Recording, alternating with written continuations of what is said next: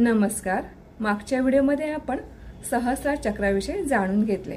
आज आपण हे चक्र कसे बॅलन्स करायचे ते पाहणार आहोत। मागील 6 चक्र प्रत्येक मंत्राशी जोडलेले आहे। आपण मंत्राची साधना करून हे 6 चक्र बॅलन्स करण्याचा प्रयत्न केला आहे, पण ह्या चक्रामध्ये एक वेगळ्या प्रकारची शांतता भरलेली आहे। त्यामुळे हे चक्र बॅलन्स करण्यासाठी कुठल्याही मंत्र साधनेची गरज नाही आहे। आपण जेव्हा शुद्ध मनाने देवाजवळ एक प्रार्थना करतो, ती प्रार्थना अगदी सहजपणे देवापर्यंत पोहोचते। त्याचप्रमाणे हे चक्र बॅलन्स करण्यासाठी एका ठिकाणी शांततेत बसून हे चक्र आपण बॅलन्स करू शकतो।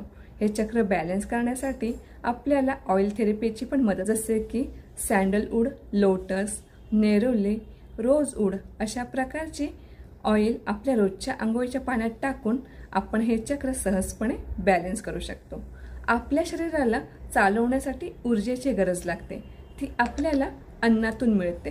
त्याचप्रमाणे ह्या चक्राला एनर्जी साधे पाणी, ज्यूस आणि नारळ पाणी ह्यामधून मिळते।